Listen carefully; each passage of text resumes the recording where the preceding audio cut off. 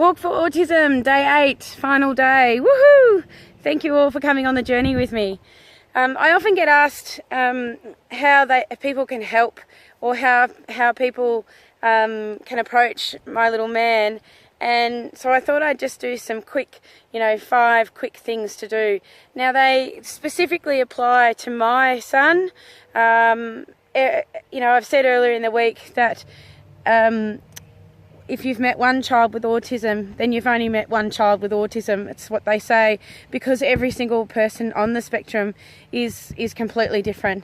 There are some things that are fairly similar, but different ages and different stages have different requirements. Girls and boys are a little bit different. So, this is just to do with my child. I have generalised it a little bit just to, to help you in case you do come across someone who's very similar to my little man. The first thing is, don't judge.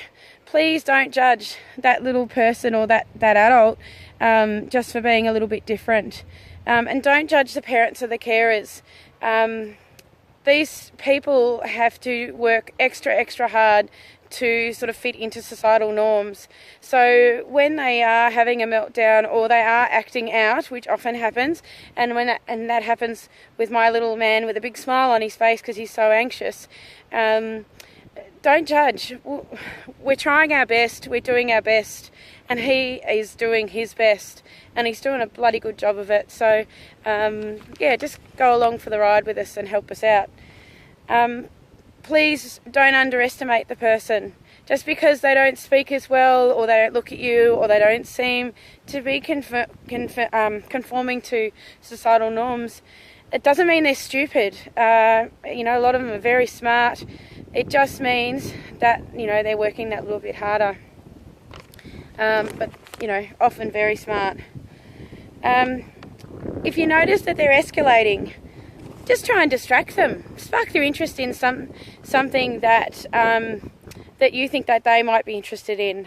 We were camping just recently, and a friend said, what can I do? And and actually he'd already done it, because our little man was sort of starting to escalate, starting to sort of pull on my arm and jump up and down and sort of start to, just to be a little bit physical. And he said, "Hey, let's go and have a look at this," and off they went.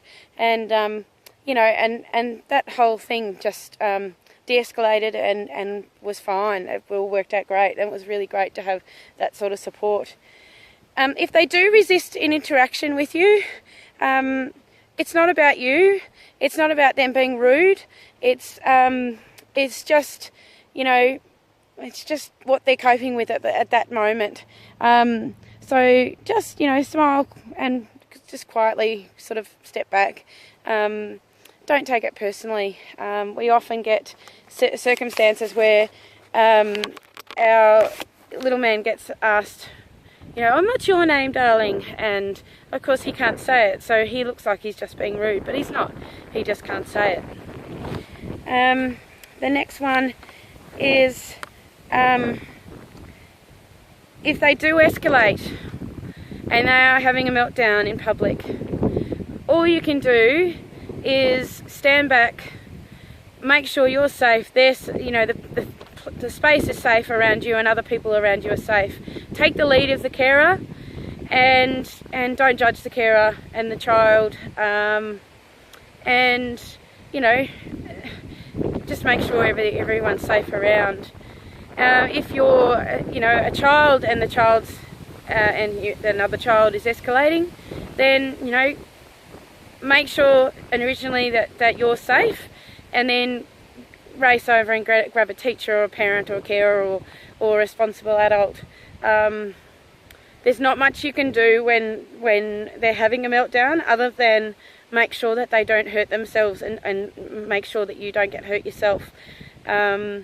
So things like taking heavy things away, making sure there's no knives around, no scissors, no rocks, no whatever it is, and then things will be safer for that child and for you as well. So that's it from me. As I say, the kids will probably want to have something to say.